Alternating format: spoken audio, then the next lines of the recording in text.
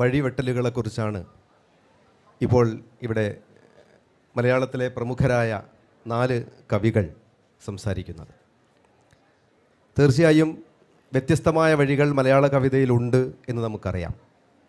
ഈ 4 കവികളെ കാണുമ്പോൾ തന്നെ ഒരുപക്ഷെ ഇത് കാണുന്നവർ 4 പുതുകവികൾ എന്ന് മനസ്സിൽ വിചാരിച്ചേക്കാം. പക്ഷേ നമ്മുടെ വിഷയത്തിൽ കവിതയിലെ വഴിവെട്ടലുകളെക്കുറിച്ചാണ്, പുതു കവിതയിലെ വഴിവെട്ടലുകളെക്കുറിച്ചല്ല. അങ്ങനെയാണെങ്കിൽ തീർച്ചയായിട്ടും ഈ കവിതയിലെ വഴികളെക്കുറിച്ച് ആലോചിക്കുമ്പോൾ വ്യത്യസ്ത വഴികളിലൂടെ നടന്നു വന്നവരും വ്യത്യസ്തമായ വഴികൾ വെട്ടിത്തെളിച്ചവരുമായ സ്ത്രീ കവികളുടെ ഒരു പ്രാതിനിധ്യം കൂടി ഈ വേദിയിൽ വേണ്ടതായിരുന്നു എന്ന് ഞാൻ വിചാരിക്കുന്നു. അങ്ങനെ സൂചിപ്പിച്ചുകൊണ്ട് നമുക്ക് ഈ തീർച്ചയായിട്ടും ഈ 4 പേരും പുതു തലമുറയിൽപ്പെട്ട കവികളാണ്. കഴിഞ്ഞ 30 വർഷമായി മലയാളത്തിൽ തികച്ചും പുതിയ പ്രവണതകൾ അതിന് നേതൃത്വം കൊടുത്തുകൊണ്ട് ഈ കവികൾ വ്യത്യസ്ത കാലങ്ങളിൽ ഈ കവിതകൾ എഴുതിക്കൊണ്ടിരിക്കുന്നുണ്ട്. 1999 പുതുമൊഴി വഴികൾ, അതിനകത്തും ഒരു വഴിയെക്കുറിച്ചുള്ള പരാമർശമുണ്ട്.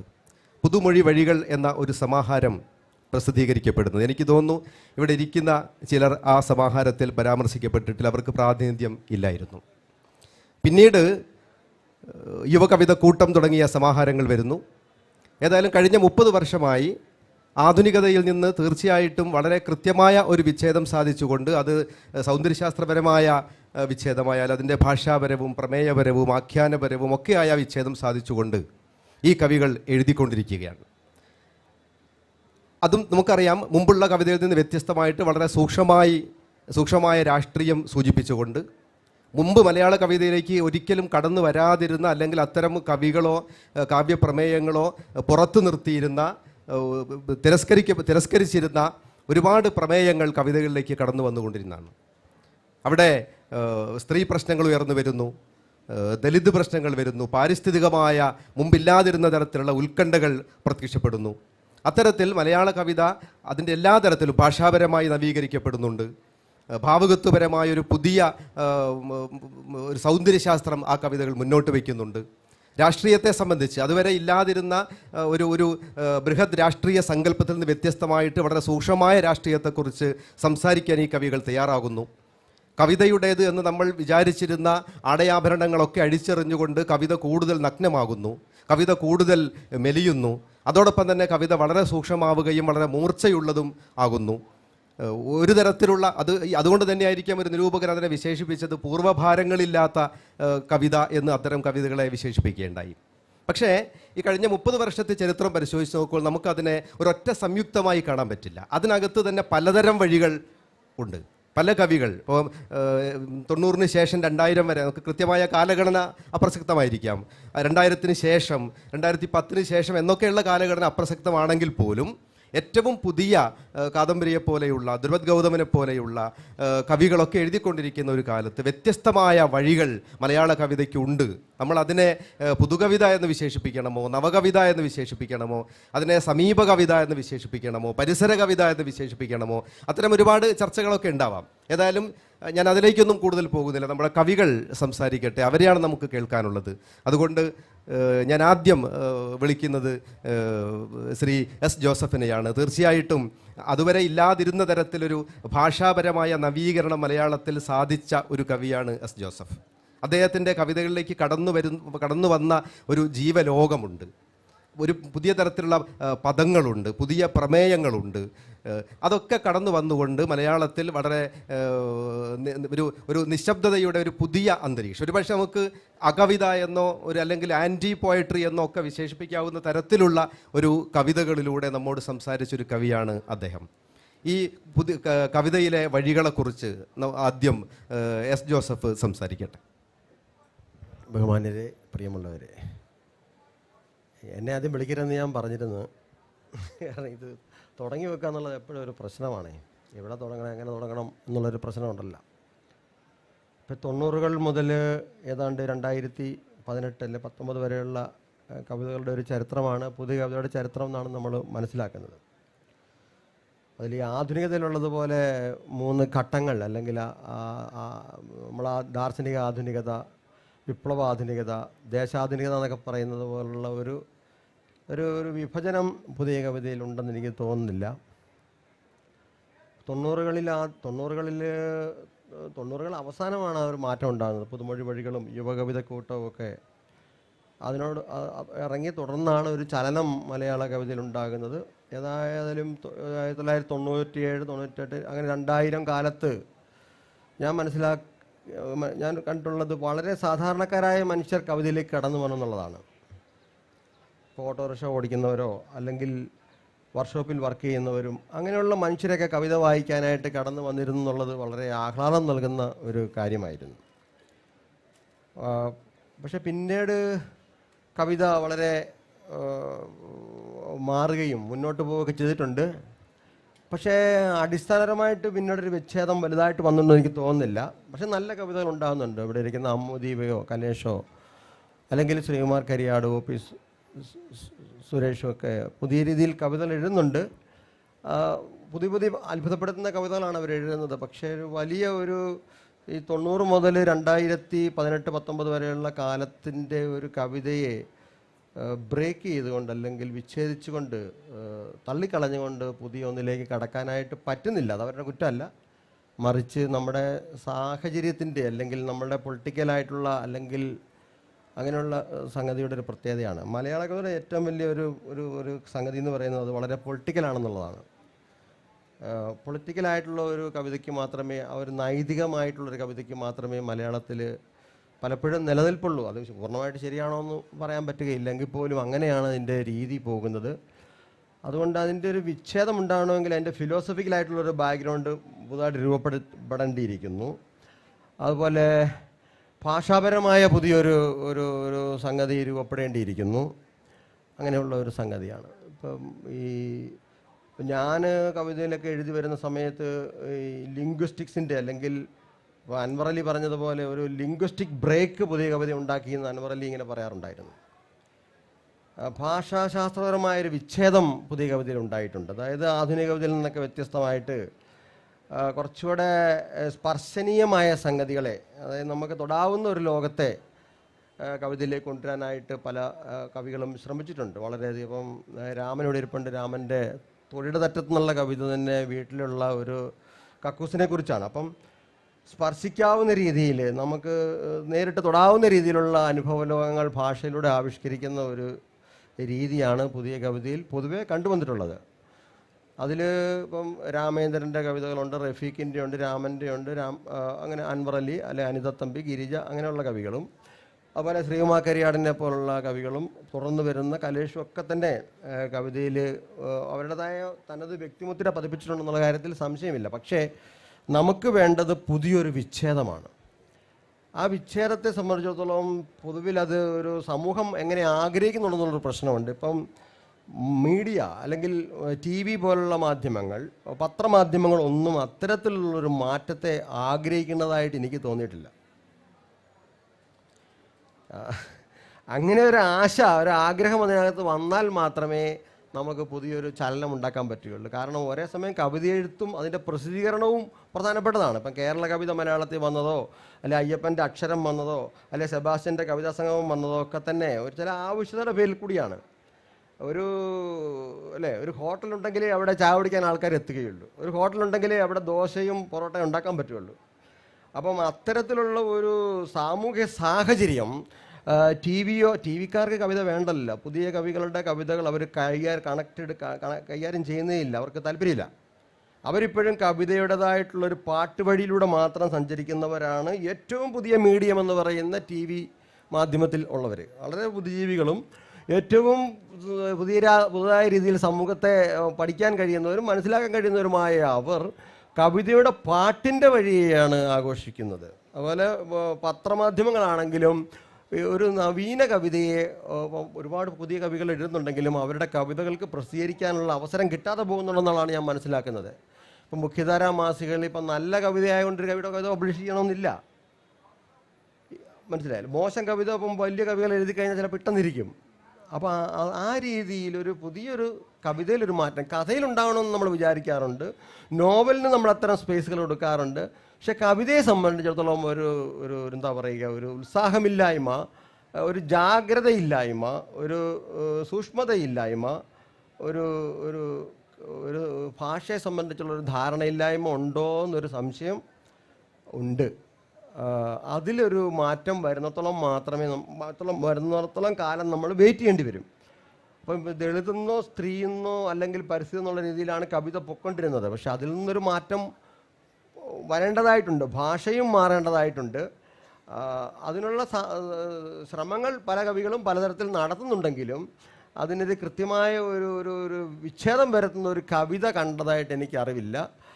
ഇപ്പോൾ കൊച്ചിയിലെ വൃക്ഷങ്ങൾ പോലെയോ അല്ലെങ്കിൽ അതിനു മുമ്പുള്ള വീണപൂവോ അല്ലെങ്കിൽ ഞാഞ്ഞൂൽ പുരാണമോ പോലുള്ള കെ ജയശീലൻ മാഷിൻ്റെ ഞാഞ്ഞൂൽ പുരാണം, രാമൻ്റെ കനം, അല്ലെങ്കിൽ രാമേന്ദ്രൻ്റെ ലളിതം, അതുപോലുള്ള അല്ലെങ്കിൽ കെ ആർ ടോണിയുടെ ശിഷ്ടം പോലുള്ള, മഴക്കാലം പോലുള്ള അൻവറിൻ്റെ, അല്ലെങ്കിൽ അതുപോലുള്ളൊരു സ്പഷ്ടമായ വിച്ഛേദം ഉണ്ടാകുന്നതായിട്ടുള്ള കവിതകൾ വളരെ കുറവാണ്. ഉണ്ടാവാം, പക്ഷേ വളരെ കുറവാണ്. അല്ലെങ്കിൽ അതിനെ കണ്ടെത്താനായിട്ടുള്ളൊരു ശ്രമം നടക്കുന്നില്ല. അപ്പം പല പുതിയ കവികളും പുതിയ കവിതകൾ എഴുതുന്നുണ്ട്, പക്ഷെ അതിന് ഫേസ്ബുക്കിൽ മാത്രമല്ലാതെ ഒരു സാധ്യത കൊടുക്കുന്നില്ല എന്നുള്ളതാണ്. ഫേസ്ബുക്ക് ഒരു താൽക്കാലിക പ്രതിഭാസം കൂടിയാണ്.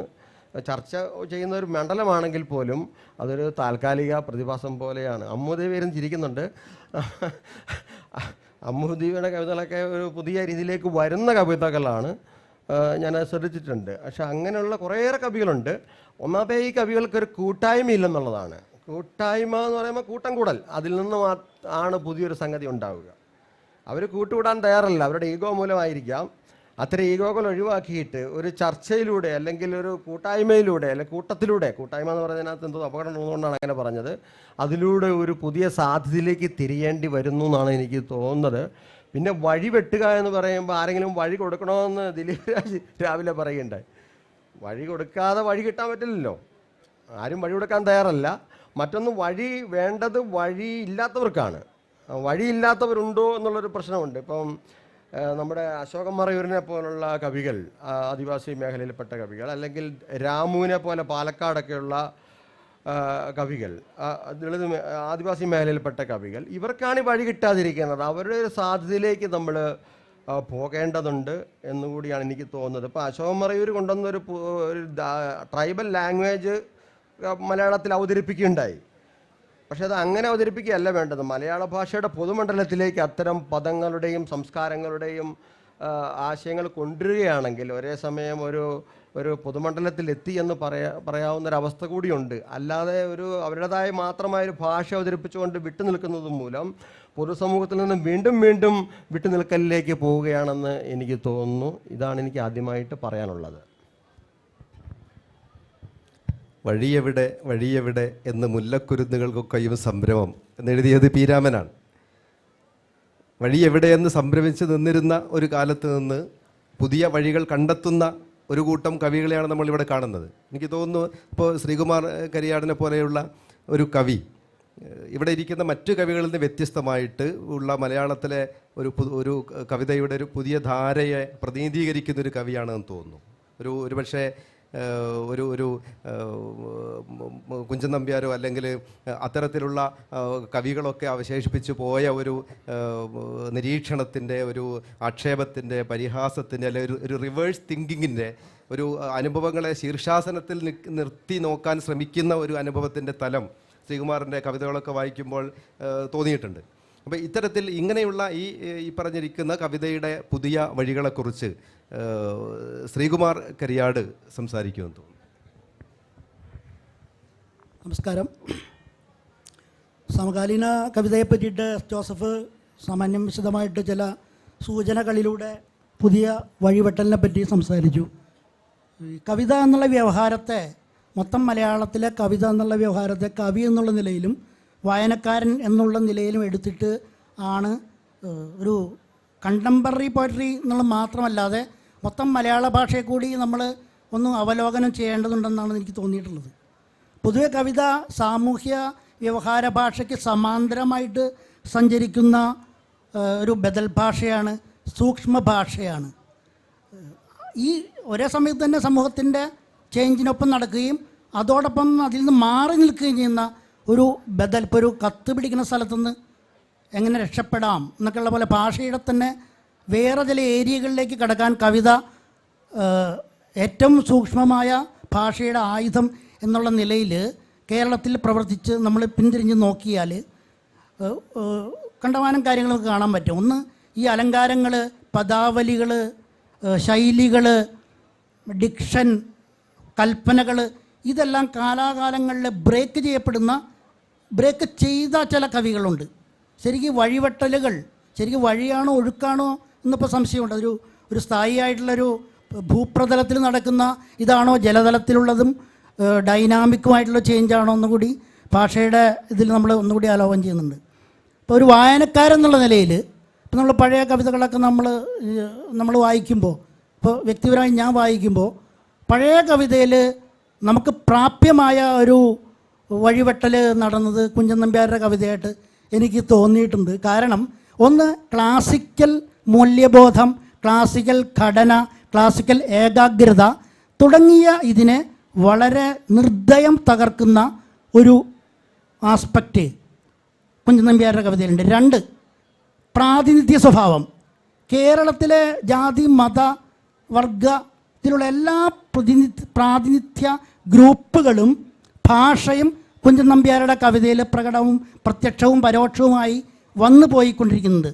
മൂന്ന്, വ്യക്തി അനുഭൂതി അല്ലാതെ ആൾക്കൂട്ടങ്ങൾ വന്ന് ഇടപെടുന്ന ഒരു വലിയ ഒരു ക്യാൻവാസ് കുഞ്ചൻ നമ്പ്യാരുടെ കവിതയുണ്ട്. അപ്പോൾ നമ്മുടെ ഒരു മോറൽ, ഒരു ക്ലാസിക്കൽ അച്ചടക്കത്തിൻ്റെയും മൊറാലിറ്റിയുടെയും ബ്രേക്ക് കുഞ്ചൻ നമ്പ്യാരുടെ കവിതയിൽ വന്നതിൽ അദ്ദേഹം ഉപയോഗിച്ച ചാക്യാർ പാരമ്പര്യത്തിൽ നിന്നും അദ്ദേഹത്തിൻ്റെ സ്വന്തം ഇൻസ്പിറേഷണൽ ഹ്യൂമറിൽ നിന്നും ഉള്ള ഒരു വിഗ്രഹ ഭഞ്ജക സ്വഭാവം, ഒരു ഇക്കണോക്ലാസ്റ്റിക് സ്വഭാവം നമ്പ്യാരുടെ കവിതയിൽ എഴുത്തിലുള്ളത് കൊണ്ട് മാത്രമാണ് അത് ബ്രേക്ക് ചെയ്യാൻ പറ്റുന്നത്. ഈ വിധ്വംസക സ്വഭാവം ഒരു ഭാഷയായിട്ട് റിവോൾട്ട് ചെയ്യാനുള്ളതും വിനിമയം ചെയ്യാനുള്ളതും വഴക്കിടാനുള്ളൊരു ഇടത് സ്വഭാവം വരുമ്പോഴാണ് കുഞ്ചൻ നമ്പ്യാരുടെ കൃതികൾ വരുന്നത്. പിന്നെ അതിൽ ഒരു ചിത്രം മാത്രമല്ല, ഒരു ക്യാൻവാസിൽ 100ഓളം ചിത്രങ്ങൾ, 1000ഓളം ചിത്രങ്ങൾ, ഒരു വലിയ ഇപ്പോൾ ബ്രൂഗലിൻ്റെയൊക്കെ പെയിൻറ്റിങ് പോലെ ഒരു ആൾക്കൂട്ടത്തെ നമുക്ക് കാണാൻ സാധിക്കും. പിന്നീട് കവിതകളിൽ നമ്മുടെ കവിത വീണ്ടും ബിന്ദുവിലേക്ക് കയറുകയും നറേറ്റീവ് സ്പേസുകൾ ഉപയോഗിക്കാതിരിക്കുകയും ചെയ്തിരുന്നാണ് തോന്നുന്നത്. രണ്ടാമത്, പിന്നെ ഞാൻ ഒരു ബ്രേക്ക് കാണുന്നത് ചെങ്ങമ്പുഴയിലാണ്. കാരണം വളരെ പ്രസന്നവും ഒരു ഫ്യൂഡൽ സുഖത്തിൽ ഇരുന്ന് പ്രസന്നമായി ആനന്ദിക്കുന്ന ഒരു കവിതയിലേക്ക് നിരാശയുടെയും പെസിമിസത്തിൻ്റെയും ദുഃഖത്തിൻ്റെയും ഉള്ളൊരു വലിയ മാറ്റം, അതോടൊപ്പം തന്നെ വളരെ ജനകീയമായ ഇടപെടൽ. എല്ലാ ജനങ്ങളും പാടി കിടന്ന കവിത ചെങ്ങമ്പുഴയുടെയാണ് നമ്മുടെ മുൻതലമുറയിൽ. പിന്നെയൊന്നുള്ളത് അടഞ്ഞ സ്പേസുകളിൽ നിന്ന് തുറന്ന സ്പേസുകളിലേക്ക്, ഇടയൻ്റെ മേച്ചിൽപ്പുറങ്ങൾ, അങ്ങനെയുള്ള ഓപ്പൺ സ്പേസുകളിലേക്ക്. ഇപ്പോൾ എസ് ജോസഫിൻ്റെ കുറേ കവിതകളിൽ പിന്നെ അടുത്ത ഘട്ടത്തിൽ ഞാൻ പിന്നെ പറയാം. അങ്ങനെ ഓപ്പൺ സ്പേസുകൾ, പ്രണയം, മൂല്യബോധങ്ങളുടെ തകർച്ച, പഴയതെന്ന് പറയുന്ന ഒരു വരി പറയുന്ന യാഥാസ്ഥിതിക മൂല്യങ്ങളുള്ള ഏറ്റവും വലിയ കലാപം നടന്ന ഒരു ഭാഷയാണുള്ളത്. പിന്നെ നമ്മൾ കാണുന്നത് അയ്യപ്പ പണിക്കർ ആധുനിക കാലഘട്ടത്തിൽ സത്യത്തിൽ ഭാഷയെ കോൺഷ്യസായിട്ട് ബോധപൂർവമായിട്ടുള്ള രൂപമാതൃകാ വ്യതിയാനം, ഏകദാനമായ ഭാഷയിലേക്ക് അസംബന്ധയുക്തി, സർറിയലിസം, കടങ്കഥകളുടെ രൂപം, പാരബിൾസ്, അല്ലിഗറികൾ, വിവിധ നമ്മൾ ഉപയോഗിച്ച് പഴയ സംഭാഷണ ഭാഷയടക്കമുള്ള മിക്കവാറും വൈചിത്ര്യമേറിയ കാവ്യരൂപങ്ങളുടെ പരീക്ഷണം. സത്യത്തിൽ എനിക്ക് തോന്നുന്നത് രൂപപരമായി 90കളുടെ കവിതയായാലും പണിക്കരടക്കമുള്ളവർ ഉണ്ടാക്കിയ രൂപപരമായിട്ടുള്ള വൈവിധ്യ ഘടകങ്ങൾക്ക് അപ്പുറം ഭാഷാപരമായ ഒരു പുതിയ ഫോം ഉണ്ടാക്കി എന്ന് എനിക്ക് യോജിക്കാൻ ബുദ്ധിമുട്ടാണ്. പിന്നെ ജോസഫിൻ്റെ കവിത പറ്റി പറയുന്നത്, മലയാള കവിതയിൽ ഇതുപോലെ സ്വന്തമായൊരു വഴി, ഇംഗ്ലീഷ് കവിതയിൽ വേഡ്സ്വർത്ത് ചെയ്ത പോലെയാണത്. ഇതുപോലെ ഗദ്യഭാഷ, തുറന്ന ഇടങ്ങൾ, അലങ്കാരങ്ങളില്ലാതെ വളരെ സൂക്ഷ്മമായ ഭാഷ, ചിത്രകലയുടെ ഭാഷ, പക്ഷേ ജോസഫിൻ്റെ കവിതയെ ഇരുന്നവർക്ക് സത്യത്തിൽ എനിക്ക് തോന്നുന്നത് ജോസഫിൻ്റെ സൂക്ഷ്മ ഭാഷയല്ല, ബാഹ്യതലത്തിലുള്ള ആ ആഡംബരങ്ങൾ, വേണമെങ്കിൽ ജോസഫിയൻ അലങ്കാരങ്ങൾ എന്ന് പറയാം, അതാണ് അധികം ഉപയോഗിച്ചത്. പക്ഷേ ഒരു പരീക്ഷണാത്മകതയുള്ള ഒരു ഭാഷ പിന്നീട് പുതിയ കവിതയിൽ വളരെ കുറവാണ്. പക്ഷേ എങ്കിലും അരുൺ പ്രസാദിനെ പോലെ കവിത മാറ്റി മാറ്റി എഴുതുന്നു എന്നുള്ള കവിതയിൽ ഒരു ചുഴലിയൊക്കെ പോലുള്ള കവിതകൾ, പ്രതീഷിൻ്റെ കവിതകൾ, ജോസഫ് തന്നെ എഴുതിയ കാലത്ത് എഴുതിയ VR സന്തോഷിൻ്റെ കവിതകൾ, ഇതൊക്കെ ഒറ്റപ്പെട്ട അന്ന് പരീക്ഷണത്തിൻ്റെ കോൺഷ്യസ് പരീക്ഷണം നടത്തിയ, ബോധപൂർവമായ പാരാഡിം ഷിഫ്റ്റ് നടത്താൻ ശ്രമിച്ച കവികളിൽ ഒരാളായിരുന്നു VR സന്തോഷ് എന്നാണ് എൻ്റെ വ്യക്തിപരമായ വായനാഭിപ്രായം. പിന്നെ ഇതോടൊപ്പം തന്നെ ഒരു മുഖ്യധാര ഉരുത്തിരിഞ്ഞ് വന്നു, ഈ പുതിയതിൻ്റെയും മുഖ്യധാര വന്നു. അപ്പോഴും അവഗണിക്കപ്പെട്ടവരും പ്രതിനിധാനമില്ലാത്ത ഗ്രൂപ്പുകളും മാറുന്നു. ഇങ്ങനെ ഒരു അവസ്ഥയാണ് ഇപ്പോഴും. ഒരു എസ്റ്റാബ്ലിഷ്മെൻ്റ് എന്നുള്ള നിലയിൽ മലയാള കവിത സ്ഥാപനവൽക്കരിക്കപ്പെട്ടു എന്നാണ് എൻ്റെ വിനീതമായ അഭിപ്രായം. താരതമ്യേന പുതിയ തലമുറയിൽപ്പെട്ട നേരത്തെ നമ്മൾ സൂചിപ്പിച്ചതുപോലെ കഴിഞ്ഞ 30 വർഷത്തെ കവിത എടുത്തു നോക്കുമ്പോൾ അതിനെ ഒരൊറ്റ വഴിയായിട്ട് കാണാതെ അതിൽ വ്യത്യസ്തമായ മറ്റൊരു വഴിയുടെ ഒരു പ്രതിനിധി എന്ന് വേണമെങ്കിൽ പറയാവുന്ന ഒരാളാണ് എസ് കലേഷ്. നേരത്തെ സൂചിപ്പിച്ചതുപോലെ എസ് ജോസഫൊക്കെ വെട്ടിത്തുറന്ന ഒരു വഴിയിൽ നിന്ന് വഴിമാറി നടക്കാനുള്ള ഒരു ശ്രമം അദ്ദേഹം നടത്തുന്നുണ്ടോ അതൊക്കെ കാവ്യ നിരൂപകർ തീരുമാനിക്കട്ടെ.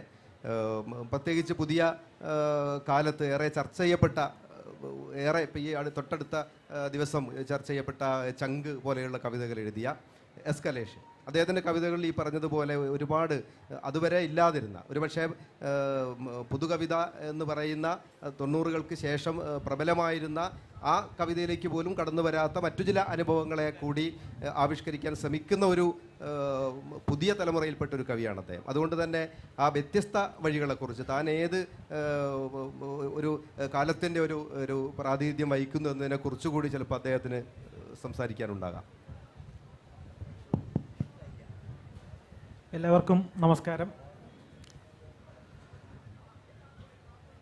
90-ൻ്റെ കാവ്യഭാവുകത്തിൽ എഴുതി തുടങ്ങുകയും എന്നാൽ പിന്നീട് അതിൽ നിന്നും വേറൊരു വഴിയിലേക്ക് തിരിഞ്ഞ് കവിത എഴുതുകയും ചെയ്ത ഒരു കൂട്ടം കവികളുടെ പ്രതിനിധിയായിട്ടാണ് ഞാനിവിടെ ഇരിക്കുന്നത്.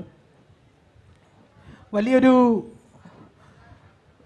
വേദന എന്ന് പറഞ്ഞത്, നമ്മളൊരു കവിത എഴുതുക, പിന്നെ അതിൻ്റെ ഒരു സെൻസിബിലിറ്റിയെ നമ്മൾ സ്ഥാപിക്കാനായിട്ട് നമ്മൾ നിരന്തരം ഫൈറ്റ് ചെയ്യേണ്ടി വരിക. അത് വളരെ വേദന ഉണ്ടാക്കുന്നൊരു കാര്യമാണ്. നമ്മൾ എഴുതാൻ ശ്രമിക്കുന്ന കവിതയെപ്പറ്റി നമ്മൾ പറയുക, അത് എങ്ങനെയാണ്, അതിൻ്റെ അകത്തെ മാറ്റങ്ങൾ എന്താണ്, അതിൽ നമ്മൾ കൊണ്ടുവന്ന രാഷ്ട്രീയം എന്താണെന്നൊക്കെ ഓടി നടന്ന് പറയുക, അത് നമ്മളെ തള്ളിക്കളയുക, വീണ്ടും പൊതുവേദികളിൽ നമ്മൾ അതിനെപ്പറ്റി പറയുക, വളരെ ലജ്ജിച്ചുകൊണ്ട് സ്വന്തം കവിതയെപ്പറ്റി വീണ്ടും പറയുക, അതൊക്കെ വളരെ വേദനയുണ്ടാക്കുന്ന കാര്യമാണ്. എത്രത്തോളം അത് ഞങ്ങൾക്ക് തൊട്ട് മുമ്പുള്ള തലമുറയിലെ കവികൾ ഉൾക്കൊള്ളുമെന്ന് എനിക്കറിയില്ല. ആധുനിക ഭാവുകത്തിലുള്ള കവികൾ കവിത എഴുതിക്കൊണ്ടിരിക്കുന്ന കാലത്താണ് 90-ൻ്റെ ഒരു ഭാവുകത്വം രൂപപ്പെട്ടത്. എത്രത്തോളം അവർക്ക് അവരോട് ഫൈറ്റ് ചെയ്യേണ്ടി വന്നിട്ടുണ്ടെന്നൊക്കെ ഞാൻ എൻ്റെ കവിത വായന തുടങ്ങിയ കാലത്ത് ഞാൻ മനസ്സിലാക്കിയിട്ടുണ്ട്. ഏകദേശം ഒരു 2000-ഓട് കൂടിയാണ് 90-ൻ്റെ ഒരു സെൻസിബിലിറ്റി പരക്കെ അംഗീകരിക്കപ്പെട്ടത്. അതിനുശേഷം ഈ ഒരു തലമുറയിലെ കവിതകൾ വായിക്കുകയും അവരുടെ ഒരു സെൻസിബിലിറ്റിയിൽ എഴുതി തുടങ്ങുകയും, എന്നാൽ അതിൽ നിന്നും വേറിട്ട് പോകുമ്പോൾ തന്നെ ഞങ്ങളുടെ തലമുറയിൽ കവിതകളില്ല, മാറ്റങ്ങളില്ല, അതിന് പ്രകടമായ മാറ്റങ്ങളൊന്നുമില്ല, വേറൊരു സ്വരമല്ലത് എന്നുള്ള ആരോപണങ്ങളും 90-ൻ്റെ സെൻസിബിലിറ്റിയുടെ സ്കെയിൽ ഉപയോഗിച്ചുകൊണ്ട് ഞങ്ങളുടെ കവിത വായിക്കാനുള്ള ശ്രമങ്ങളുമാണ് ഇവിടെ നടക്കുന്നത്. അതിനെയൊക്കെ ഒരു പരിധിവരെ കവിത എഴുതിക്കൊണ്ട് മാത്രമേ മറികടക്കാനാകത്തുള്ളൂ എന്ന് മാത്രമാണ് എനിക്ക് ആ കാര്യത്തിൽ തോന്നുന്നത്. ഞങ്ങളുടെ തലമുറയിലെ ശ്രദ്ധേയമായ കവിതകൾ എഴുതുകയും സ്വന്തമായിട്ടൊരു ഭാഷ ഉണ്ടാക്കുകയും ചെയ്ത പുതിയ കവികൾ 10-ൽ താഴെയെങ്കിലും കവികളുണ്ടെന്നാണ് ഞാൻ വിചാരിക്കുന്നത്. അതിൽ പേരെടുത്ത് പറയേണ്ട ആവശ്യമുണ്ടെന്ന് എനിക്ക് തോന്നുന്നില്ല. കഴിഞ്ഞ ഒരു 6-7 വർഷത്തിനിടയ്ക്കുണ്ടായ കവിതയിലെ ഒരു മാറ്റം നമ്മളത് ഗൗരവമായിട്ട് ശ്രദ്ധിച്ചു കഴിഞ്ഞാൽ മനസ്സിലാക്കിയെടുക്കാവുന്നതേ ഉള്ളൂ. അല്ലാതെ അത് പറഞ്ഞ് സ്ഥാപിക്കേണ്ട ആവശ്യമൊന്നുമല്ല. കവിത, പുതിയ കാലത്തിൻ്റെ കവിത, അത് ആവശ്യമുള്ളവരത് തിരക്കിച്ചെന്നത് കണ്ടെത്തിക്കോളും. മറ്റൊന്നുകൂടി പറയാനായിട്ട് ആഗ്രഹിക്കുന്നു. ഞങ്ങളുടെ തലമുറയുടെ ഒരു കവിത ഒരിക്കലും ഒരു വാരികകളിലോ മറ്റോ ഒതുങ്ങുന്ന ഒരു കവിതയായിട്ട് എനിക്ക് തോന്നിയിട്ടില്ല. അത് ബ്ലോഗുകളിൽ എഴുതപ്പെടുന്നുണ്ട്, ഫേസ്ബുക്കിൽ എഴുതപ്പെടുന്നുണ്ട്, അത് പെർഫോമൻസ് ലെവലിലേക്ക് മാറുന്നുണ്ട്. ഞാനും എൻ്റെ സുഹൃത്ത് അജീഷ് ദാസനും കൂടി ഒരു 3 വർഷം മുമ്പ് എറണാകുളത്ത് പോയട്രി ഇൻസ്റ്റലേഷനിൽ വന്നൊരു പരിപാടി ചെയ്തിരുന്നു. അതിൽ ഞങ്ങൾ കൊണ്ടുവരാൻ ശ്രമിച്ച കാര്യം ശില്പം, ശബ്ദം, കവിത, ഈ 3 സംഭവത്തെ കവിതയിലേക്ക് അടുപ്പിക്കുന്ന ഒരു രൂപമാണ് ഞങ്ങളവിടെ ചെയ്യാനായിട്ട് ശ്രമിച്ചത്. അതുപോലെ തന്നെ പെർഫോമൻസ് പോയട്രി എന്ന് പറഞ്ഞ് MR വിഷ്ണുപ്രസാദ് ചെയ്യുന്നൊരു പോയട്രി പെർഫോമൻസ് ഉണ്ട്. ലതീഷ് മോഹൻ്റെ കവിതകളുണ്ട്, പ്രഭാ സക്കറിയാസിൻ്റെ ഉണ്ട്, അമ്മുദീപയുടെ ഉണ്ട്. അങ്ങനെ പല തരത്തിൽ ഇത് ഒരു മാറ്റം ഉണ്ടായിക്കൊണ്ടിരിക്കുകയാണ്. അത് എനിക്ക് തോന്നുന്നത് അത് എഴുതിയാൽ അത് കുറച്ചുകൂടെ ഫലപ്രദമായിട്ട് നമുക്ക് എഴുതാൻ പറ്റുമെന്ന് തോന്നുന്നു അതിനെപ്പറ്റി. അല്ലാതെ ഇപ്പോൾ പെട്ടെന്നൊരു മറുപടി എന്നുള്ള നിലയ്ക്ക് പറയാൻ ബുദ്ധിമുട്ടുണ്ട്. ഇത്തരം മാറ്റങ്ങളൊക്കെ വൈകിയേ അംഗീകരിക്കപ്പെടുകയുള്ളൂ. പുതു കവിതയുടെ നിരൂപകർ ഈ കവിത വായിച്ച് എഴുതുന്നത് കൊണ്ട് ഇതിൻ്റെ ഒരു പ്രത്യേകത എത്ര കണ്ട് എഴുതാൻ പറ്റുമെന്നും എനിക്ക് തോന്നുന്നില്ല. ഇത്രയും കാര്യങ്ങളോട് പറയാനുള്ളത്.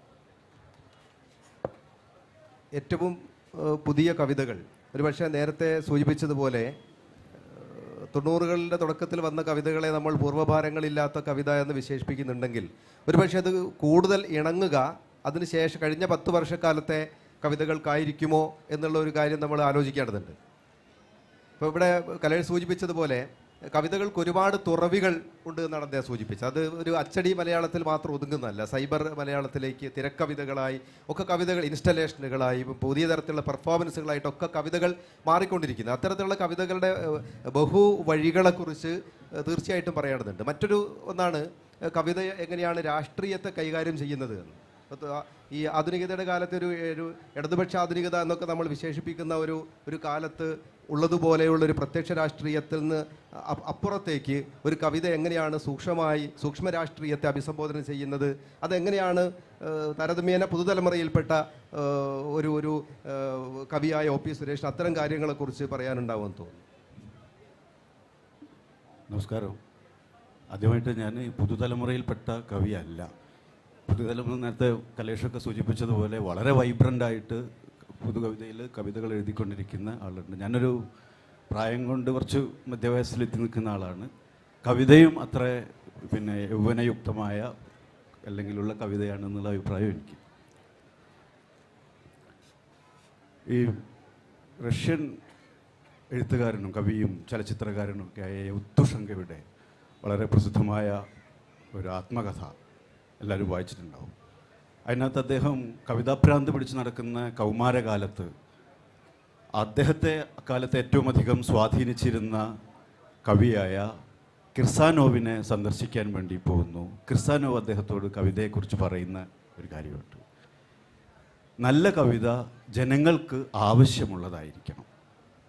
അത് അടച്ചിട്ട വഴിയിലെ പന്തയ ഓട്ടമല്ല, ആരെയോ രക്ഷിക്കാൻ വേണ്ടി ലക്ഷ്യത്തിലേക്ക് കുതിക്കുന്ന ആംബുലൻസ് ആവണം നല്ല കവിത. ആരെയോ രക്ഷിക്കാൻ വേണ്ടിയാണ്. അതൊരു പക്ഷേ ആരെയോ ആണ്, ആരെ എന്നുള്ളത് കൃത്യമായിട്ട് അറിയില്ല.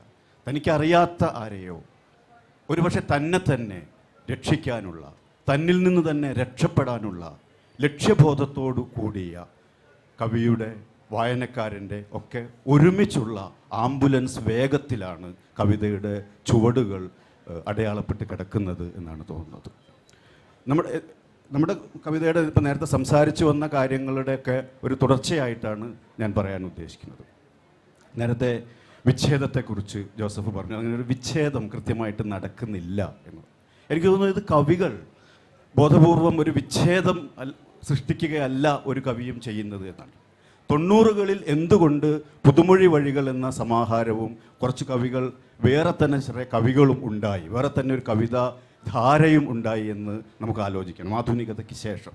ഞാൻ പറയുന്നു 90കൾ എന്ന് പറയുന്നത് നമ്മളെ സംബന്ധിച്ച്, കേരളത്തെ സംബന്ധിച്ച്, ഇന്ത്യയെ സംബന്ധിച്ച്, ലോകത്തെ സംബന്ധിച്ച് ഒക്കെ വളരെ നിർണായകമായ ഒരു ചരിത്ര സന്ധിയായിരുന്നു.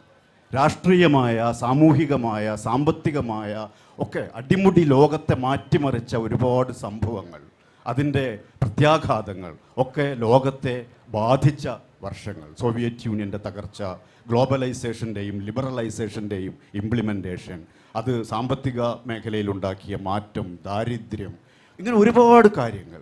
ഇതെല്ലാം സമൂഹത്തിലേക്ക്, അന്യൻ്റെ മനസ്സിലേക്ക്, മനുഷ്യനിലേക്ക് ഒക്കെ സദാ ഹൃദയവും കാതും ചേർത്ത് നിൽക്കുന്ന കവികളെ ആന്തരികമായി ബാധിക്കുന്ന പ്രശ്നങ്ങളാണ്. ആ ബാധയാണ് ഒരു പുതിയ ധാരയായി കവിതയിൽ രൂപം കൊണ്ടത് എന്നാണ് ഞാൻ വിചാരിക്കുന്നത്. അതുവരെയുള്ള തുടർന്നു വന്ന ജീവിതം അടിമുടി മാറ്റിമറിക്കപ്പെടുന്നു. അതൊരു പക്ഷേ കവി അറിയുന്നുണ്ടാവില്ല, വായനക്കാരൻ അറിയുന്നുണ്ടാവില്ല. അബോധമായി സംഭവിക്കുന്ന ഈ ഒരു അനുഭവത്തിൻ്റെ ബോധപൂർവമായ ആഖ്യാനമോ അല്ലെങ്കിൽ ബോധത്തിൻ്റെ കൂടി പങ്കാളിത്തത്തോടെ നടക്കുന്ന ആഖ്യാനമോ ആണ് യഥാർത്ഥത്തിൽ 90കളിലെ വിച്ഛേദം എന്ന് പറയുന്ന സംഗതിക്ക് കാരണമായിട്ടുള്ളത് എന്നാണ് തോന്നുന്നത്. അതിനുശേഷം എന്തുകൊണ്ട് അങ്ങനെ പ്രസക്തമായ ഒരു വിച്ഛേദം സാധിക്കുന്നില്ല എന്നാണ് അവർ ചോദിച്ചത്. വിച്ഛേദം സാധിക്കുന്നുണ്ട്. ആദിൽ മഠത്തിലിനെ പോലുള്ള ഒരു കവി മുന്നിലിരിക്കുമ്പോൾ വിച്ഛേദം സാധിക്കുന്നില്ല എന്ന് പറയാൻ പറ്റില്ല നമുക്ക്. അതുപോലെയുള്ള, പക്ഷെ അതിൻ്റെ പ്രശ്നം എന്താ? അതൊരു കൂട്ടമായ, നേരത്തെ ആമുഖത്തിൽ സുരേഷ് സൂചിപ്പിച്ചു, ഒരു കൂട്ടമായ വിച്ഛേദമല്ല അത്. അവിടെവിടെയും ഒറ്റയ്ക്കുമൊക്കെ സംഭവിച്ചു കൊണ്ടിരിക്കുന്ന ഒരു വിച്ഛേദമാണ്. ആ വിച്ഛേദം തന്നെ അതിൻ്റെ തീവ്രമായ സാമൂഹിക ആഘാതമായി വന്നിട്ടില്ല എന്നുള്ളതൊരു വാസ്തവമാണ്. അതിനൊരു കാരണവുമുണ്ട്. ഇപ്പോൾ എനിക്ക് തോന്നുന്നത് 2000-ന് ശേഷം അല്ലെങ്കിൽ ഇന്നത്തെ നമ്മൾ അനുഭവിച്ചു കൊണ്ടിരിക്കുന്ന ഏറ്റവും വലിയൊരു പ്രശ്നം 90കളിൽ സംഭവിച്ച ലോക സാഹചര്യങ്ങൾക്ക് സമാനമായ, ദേശീയ സാഹചര്യങ്ങൾക്ക് സമാനമായ ഒരു വലിയ ഇഷ്യൂ ഇന്ന് നമ്മുടെ നാട്ടിൽ സംഭവിച്ചുകൊണ്ടിരിക്കുന്നത്, തീവ്രമായിക്കൊണ്ടിരിക്കുന്നു. ഭയം നമ്മളെ ആകെ ഭരിക്കാൻ തുടങ്ങിയിരിക്കുന്നു. ജനാധിപത്യ ഇടങ്ങൾ നമ്മളിൽ നിന്ന് ഇല്ലാതായിക്കൊണ്ടിരിക്കുന്നു. സംവാദത്തിൻ്റെ മണ്ഡലങ്ങൾ ഇല്ലാതായിക്കൊണ്ടിരിക്കുന്നു. ഈ KLF-ൽ തന്നെ പല സെഷനുകളിൽ ആവർത്തിച്ച് ചർച്ച ചെയ്യപ്പെട്ട ആൾക്കൂട്ടത്തിൻ്റെ ആക്രമണവും ജനാധിപത്യത്തിൻ്റെ ഭാവിയും ഒക്കെ പോലുള്ള ഇഷ്യൂസ് ഉണ്ട്. എന്താ പറയുക, ആവിഷ്കാരത്തിൻ്റെ പ്രശ്നങ്ങളുണ്ട്. ഇത്തരം പ്രശ്നങ്ങളൊക്കെ വളരെ തീവ്രമായി ബാധിച്ചു കൊണ്ടിരിക്കുകയാണ്. എന്നാൽ ഇത് എല്ലാവരും ഇതിനെക്കുറിച്ച് കൺസേൺ ആയിക്കൊണ്ടിരിക്കുക. എഴുത്തുകാരെ വെടിവെച്ച് കൊല്ലുന്ന ഇഷ്യൂസ്. അപ്പോൾ ഇതിൻ്റെ ഒരു രാഷ്ട്രീയം, ഇതിൻ്റെ ഒരു സമാധാനമില്ലായ്മ, ഇതിൻ്റെ ഒരു അസ്വാസ്ഥ്യങ്ങൾ കവികളെ, മറ്റെല്ലാ സാമൂഹിക ആഭിമുഖ്യമുള്ള മനുഷ്യരെ എന്നതുപോലെ ബാധിക്കുന്നുണ്ട് എന്നാണ് ഞാൻ വിചാരിക്കുന്നത്. തീർച്ചയായും അതാണ് ഏതേതൊക്കെയോ രൂപത്തിൽ ഏറ്റവും പുതിയ കവിതയുടെയൊക്കെ സ്വരങ്ങളായി രൂപാന്തരപ്പെടുക. കവികളതല്ല എന്ന് പറഞ്ഞാൽ, കാരണം നമ്മൾ ജീവിക്കുന്നത് ഒറ്റപ്പെട്ട ഒരു തുരുത്തിലല്ല ഒരു കവിയും ജീവിക്കുന്നത്. കവിയുടെ എത്രയോ നമ്മൾ പറഞ്ഞിട്ടുള്ള സാധനങ്ങളാണ്. എല്ലാവരുടെയും പങ്കാളിത്തത്തോടു കൂടിയുള്ള, എല്ലാറ്റിനെയും ബാധിക്കുന്ന പരസ്പര ബന്ധിതമായ ഒരു ജീവിത വ്യവസ്ഥയിലാണ്, സാമൂഹിക വ്യവസ്ഥയിലാണ് കവി ഉൾപ്പെടെ പങ്കെടുക്കുന്നത്, കവി ഉൾപ്പെടെ ഉൾപ്പെടുന്നത് എന്നുള്ള ഒരു കാര്യമുണ്ട്. ഇങ്ങനെയുള്ള അതുകൊണ്ട് തന്നെ ഈ ഒരു വിച്ഛേദം മലയാളത്തിൽ അടുത്ത് തന്നെ ഒരു വിച്ഛേദം സംഭവിക്കുന്നുണ്ട്. പക്ഷേ ആ വിച്ഛേദം അടയാളപ്പെടാൻ പോവുകയാണ് എന്നാണ് ഞാൻ കരുതുന്നത്. അടയാളപ്പെടാൻ പോവുകയാണ് ആ വിച്ഛേദം. ആ സംഭവങ്ങൾ ഒരു സാമൂഹിക ആഘാതമായി മാറുമ്പോൾ സ്വാഭാവികമായും അതിൻ്റെ ഭാഗമായി ഉണ്ടാകുന്ന കാവ്യധാരയും ഒരു വിച്ഛേദമുള്ള കാവ്യധാരയായിട്ട്, സവിശേഷമായ കാവ്യധാരയായിട്ട് അടയാളപ്പെടുകയാണ് ചെയ്യുന്നത് എന്നാണ്. പക്ഷെ അതിനനുസരിച്ചിട്ട് ഉള്ള വേറൊരു ഇഷ്യൂ എന്താണെന്ന് വെച്ചാൽ, നേരത്തെ സൂചിപ്പിച്ചതുപോലെ ഇതൊക്കെ അടയാളപ്പെടുത്തുന്നത് ആരാണ് ഈ കവിതകൾ വായിക്കുന്നത്? ആരാണ് വായിച്ച കവിതകളെ സൂക്ഷ്മമായി വിശകലനം ചെയ്യുന്നത്? വിശകലനം ചെയ്ത വിവരങ്ങളെ അടയാളപ്പെടുത്തുന്നത്, പരസ്യമായി രേഖപ്പെടുത്തുന്നത് ആരാണ്? ഞാൻ മുമ്പൊരിക്കൽ പറഞ്ഞതുപോലെ ജയിച്ച കേസുകൾ തന്നെ വീണ്ടും വീണ്ടും വാദിക്കുന്ന വക്കീലന്മാരായി മാറുന്ന നിരൂപകന്മാരാണ് നമുക്കുള്ളത്. ആഘോഷിക്കപ്പെട്ട കൃതികളെ തന്നെ പറഞ്ഞുകൊണ്ടിരിക്കുക. പുതിയ കാര്യങ്ങൾ, പുതിയ കൃതികൾ ഒക്കെ വായിക്കാനും അതിന് ഈ പറഞ്ഞ രീതിയിൽ രേഖപ്പെടുത്താനും, പോസിറ്റീവായിട്ടോ നെഗറ്റീവായിട്ടോ രേഖപ്പെടുത്താനും ഉള്ള നിരൂപകരുടെ അഭാവം, ഗൗരവമായ നിരൂപണത്തിൻ്റെ അഭാവം മലയാളത്തിൻ്റെ പുതിയ കവിത അഭിമുഖീകരിക്കുന്ന ഒരു വലിയ പ്രതിസന്ധിയാണെന്നാണ് തോന്നുന്നത്. ഉള്ള നിരൂപണം തന്നെ പരസ്പരമായ വാഴ്ത്തലുകളുടെയോ ഇകഴ്ത്തലുകളുടെയോ സംഘം ചേർന്നുള്ള ആക്രമണത്തിൻ്റെയോ ഒരു ഫേസ്ബുക്ക് സ്വഭാവത്തിലേക്ക്, സോഷ്യൽ മീഡിയയുടെ ഒക്കെ ഒരു സ്വഭാവം ഇത്തരത്തിലുള്ള വിമർശനത്തിലും നിരൂപണത്തിലും ഒക്കെ വന്നിരിക്കുകയാണ്. അത്ര വലിയ ആഴമൊന്നുമില്ല, അല്ല അങ്ങനെ സംഭവിച്ചുകൊണ്ടിരിക്കുക. അതുപോലെ തന്നെ പുതിയ കാലത്ത് സംഭവിച്ചുകൊണ്ടിരിക്കുന്ന കവിതയെ സംബന്ധിച്ച് വളരെ പോസിറ്റീവായിട്ടുള്ളൊരു കാര്യമായിട്ട് എനിക്ക് തോന്നുന്നത്, നേരത്തെ സൂചിപ്പിച്ചതുപോലെ ഈ ഫേസ്ബുക്കൊക്കെ അല്പായുസായിട്ടുള്ളൊരു കാര്യമാണെന്ന് ഞാൻ വിചാരിക്കുന്നില്ല കേട്ടോ. നമ്മൾ അത്തരമൊരു എഴുത്ത് രീതിയിലേക്ക് ഒരു 10 വർഷം കൊണ്ട് നമ്മുടെ മൊത്തം എഴുത്തിൻ്റെ 70% ഈ വെർഷനിലേക്ക് പോകും എന്ന് കരുതുന്ന, ഡിജിറ്റൽ വെർഷനിലേക്ക് പോകുമെന്ന് കരുതുന്ന ഒരാളാണ് ഞാൻ. അത്തരമൊരു കാലത്ത് ഗൗരവമുള്ള ഒരു മാധ്യമം എന്ന നിലയ്ക്ക് സോഷ്യൽ മീഡിയയെ എങ്ങനെ നമ്മുടെ കാവ്യ ആവിഷ്കാരങ്ങൾക്ക് വിഷയമാക്കാം എന്ന രീതിയിലുള്ള പരീക്ഷണങ്ങളൊക്കെ നടക്കുന്നുണ്ട്, ആവിഷ്കാരങ്ങൾ നടക്കുന്നുണ്ട്. തീർച്ചയായും കടലാസിൽ വായിക്കുന്നത് പോലെ അല്ല മറ്റ് ഫോണിൽ വായിക്കുന്ന ഒരു സംഗതി. അതിനനുസരിച്ച് കവിതയിലൊരു മാറ്റം ഉണ്ടാകുമെന്നാണ് ഞാൻ കരുതുന്നത്. കവിത സ്വാഭാവികമായിട്ട് ആ രീതിയിൽ ചില മാറ്റങ്ങൾ സ്വയം വിധേയമാവും, ബോധപൂർവമുള്ള മാറ്റങ്ങൾ അതിനകത്ത് ഉണ്ടാവുകയും ചെയ്യും. ഇങ്ങനെ പല തരത്തിലുള്ള വഴികൾ, പല കാലങ്ങളിലും ഈ വഴികളുണ്ട്. ശ്രീകുമാർ നേരത്തെ സംസാരിച്ചപ്പോൾ സൂചിപ്പിച്ച പേരുകളൊക്കെ തന്നെ, കുഞ്ചൻ നമ്പ്യാർ, ചങ്ങമ്പുഴ, അയ്യപ്പ പണിക്കർ വരെയുള്ള പേരുകളൊക്കെ, ഈ വിച്ഛേദം നടത്തിയ കവികൾ എന്ന് പറയുന്ന പേരുകളൊക്കെ തന്നെ ഞാൻ ഉറച്ചു വിശ്വസിക്കുന്നു ഇവർക്കൊക്കെ ഒപ്പം നമ്മൾക്ക് പേരറിയാത്ത ഒരുപാട് കവികൾ അതർക്ക് മുമ്പേ ഒരുപക്ഷെ വിച്ഛേദം നടത്തിയിട്ടുണ്ടാവും. പക്ഷേ അവർ രേഖപ്പെടുത്തപ്പെട്ടിട്ടുണ്ടാവില്ല. ഇത് എല്ലാ കാലത്തും ഇങ്ങനെയാണ്. ചെറിയ ചെറിയ കവികൾ അവർ കൊണ്ടുവരുന്ന വലിയ വലിയ വിച്ഛേദങ്ങൾ ഉണ്ടാവും. പക്ഷേ അത് ഇന്ധനമാക്കി ഒരു പ്രസ്ഥാനമായി വളരുന്നത് മറ്റ് ചില കവികളും കാര്യങ്ങളുമാണ്. രാമൻ മുന്നിലിരിക്കുന്നുണ്ട്. രാമൻ ഇത്തരം ഒരുപാട് കവികളെ വിസ്മരിക്കപ്പെട്ട കെ ഫ്രാൻസിസിനെ പോലെയുള്ള കവികളെയൊക്കെ എത്ര ഭംഗിയായിട്ട് കവിതയിൽ ഇടപെട്ട ആളുകൾ, എത്ര കലാപരമായി കവിതയിൽ ഇടപെട്ട ആളുകൾ, എത്ര കലാപാത്മകമായിട്ട് കവിതയിൽ ഇടപെട്ട ആളുകൾ ഒക്കെ തീരെ സ്മൃതിയിൽ നിന്ന് മങ്ങിപ്പോവുകയും അവർ മുന്നോട്ട് വെച്ച കാവ്യധാര അല്ലെങ്കിൽ ആ സ്വഭാവത്തിലുള്ള കവിതകൾ പിൽക്കാലത്ത് നമ്മൾ വിച്ഛേദം നടത്തിയ കവികൾ എന്ന് പറയുന്ന കവികളുടെ മുഖ്യ ആശയലോകവും രീതി ലോകവുമായി മാറുകയും ചെയ്തതിൻ്റെ ഒരുപാട് ഉദാഹരണങ്ങൾ നമുക്കുണ്ട്. അതുകൊണ്ട് ഈ വഴിവെട്ടൽ എന്ന് പറയുന്ന ഒരു സാധനം അത് നമ്മൾ സ്വാഭാവികമായിട്ട് പിക്കാസോ വെട്ടേണ്ട ഒരു ആവശ്യം വന്നു കഴിഞ്ഞാൽ വഴിവെട്ടും. പുറത്തേക്ക് കടക്കാതെ തരമില്ല എന്നുള്ളൊരവസ്ഥയിൽ, നമുക്ക് വഴി ഉണ്ടാക്കാതെ പറ്റില്ല എന്നുള്ളൊരവസ്ഥയിൽ ഉണ്ടായിത്തീരുന്ന ഒരു സംഗതിയാണത്. അത് നിരന്തരം സംഭവിച്ചുകൊണ്ടിരിക്കുന്നതാണ്. അത് നമ്മളൊരു അടയാളപ്പെടുത്തലായി മാറുന്നത്, അത് പറഞ്ഞതുപോലെ ഒരു സാമൂഹിക ആഘാതത്തിൻ്റെ പിൻബലം കൂടി, സാമൂഹിക പ്രക്രിയകളുടെ പിൻബലം കൂടി അതിൻ്റെ ഭാഗമായിട്ട് ഉണ്ടാകുമ്പോഴാണ് എന്നാണ് എനിക്ക് തോന്നുന്നത്. തീർച്ചയായും പുതുകാലത്തെ കവിതകൾ പുതിയ വഴികൾ വെട്ടുക തന്നെയാണ് എന്ന് തന്നെയാണ് ഒ പി സുരേഷിയോട് പറഞ്ഞു വെച്ചത്. അദ്ദേഹം സൂചിപ്പിച്ചതുപോലെ ഏറ്റവും പുതിയ തലമുറയിൽപ്പെട്ട കവികൾ വരെ അവരുടേതായ ഇടങ്ങൾ കണ്ടെത്തുകയും അവരുടേതായ വഴികളിലൂടെ സഞ്ചരിക്കുകയും ചെയ്യുന്നുണ്ട്. അതിന് വ്യത്യസ്ത തരത്തിലുള്ള തുറവികളിലൂടെ അവർ സഞ്ചരിക്കുന്നുമുണ്ട്. അതുകൊണ്ട് അങ്ങനെയൊരു ഭാവുകത്വ വിച്ഛേദം കുറച്ചു കാലമായിട്ട് പ്രത്യക്ഷമായി കാണാൻ സാധിക്കുന്നില്ല എന്നുള്ള ആരോപണത്തെ തള്ളിക്കളയുക തന്നെയാണ് സുരേഷും എസ്കലേഷും ഒക്കെ ചെയ്യുന്നത്. നമുക്ക് നമ്മുടെ മുമ്പിൽ വളരെ കുറഞ്ഞ 19 മിനിറ്റ് മാത്രമേ ഉള്ളൂ. ഒരു 10 മിനിറ്റ് പ്രേക്ഷകർക്ക് കൊടുക്കേണ്ടതുകൊണ്ട് ഈ കലേഷിൻ്റെയും സുരേഷിൻ്റെയും ഒക്കെ അഭിപ്രായത്തോടുള്ള ഒരു പ്രതികരണം എന്നുള്ള നിലയ്ക്ക് എസ് ജോസഫിൻ്റെ ഒരു പ്രതികരണം. ഞാൻ അവർക്കെതിരെ പറഞ്ഞൊന്നും അല്ല കേട്ടോ. കാര്യങ്ങൾ നന്നായി പോകണമെന്നുള്ള അഭിപ്രായമുള്ള ആളാണ് ഞാൻ. അല്ലാതെ നമുക്ക് ശേഷം കവിതയൊക്കെ നശിച്ചു പോകണമെന്നുള്ള അഭിപ്രായമൊന്നും അല്ല എനിക്കുള്ളത്. പക്ഷേ ഇനിയുള്ള സമൂഹം ആർക്കാണ് കവിത ആവശ്യം എന്നുള്ളൊരു ക്വസ്റ്റ്യൻ ഉണ്ടല്ലോ. മധ്യവർഗത്തിന് എന്തിനാണ് കവിത? എനിക്ക് തോന്നുന്നത് കേരളത്തിൽ കവിത ആവശ്യമുള്ളൊരു സമൂഹം കേരളത്തിലെ ചിതറിപ്പോയ ആദിവാസി സമൂഹങ്ങളാണെന്നാണ് എനിക്ക് തോന്നുന്നത്. കവിത ആവശ്യപ്പെടുന്ന ഒരു സമൂഹം കാട്ടിൽ നിന്ന് നാട്ടിലേക്ക് ഇറങ്ങുന്നു എന്ന് നമ്മൾ ആരോപിക്കുന്ന, എന്നാൽ മറിച്ച് കാട്ടിലേക്ക് നമ്മൾ പ്രവേശിക്കുന്നത് മൂലമാണ് അവരിറങ്ങുന്നതെന്ന് അറിയാത്ത നമ്മൾ അങ്ങനെയുള്ള മൃഗലോകം, ഇവർക്കൊക്കെ കവിതയുടെ ആവശ്യമുള്ളൂ. അവിടേക്ക് പോകുന്നില്ല എന്നുള്ളതുകൊണ്ടാണ് എൻ്റെ വിമർശനം. നമ്മൾ മേഞ്ഞെടുത്ത് തന്നെ മേയുന്നു എന്നുള്ളിടത്താണ് ഞാൻ ചോദ്യം ചെയ്യുന്നത്. എനിക്ക് കേരളത്തിലെ മനുഷ്യരെ മുഴുവൻ വിമോചിപ്പിക്കണമെന്നുള്ള ആഗ്രഹം കൊണ്ട് പറഞ്ഞു പോയതാണ്. സ്ത്രീകളെയും പാർശ്വവൽക്കതരായ മനുഷ്യരെയും വിമോചിപ്പിക്കാൻ കവിതയ്ക്ക് കഴിയുമോ എന്നുള്ള വെല്ലുവിളി തന്നെയാണ് ഞാൻ ഉയർത്തിയത്. ഇപ്പം ഖുറാൻ എന്താണ് ചെയ്തത്? ഖുറാൻ കവിതകളിലൂടെ ഒരു ലോകത്തെ വിമോചിപ്പിച്ചു. അനേകം ഗോത്രങ്ങളിൽ കടന്ന സമൂഹത്തെ ഏകദൈവത്തിൻ്റെ ശാസനത്തിൽ ഒരുമിപ്പിച്ചു.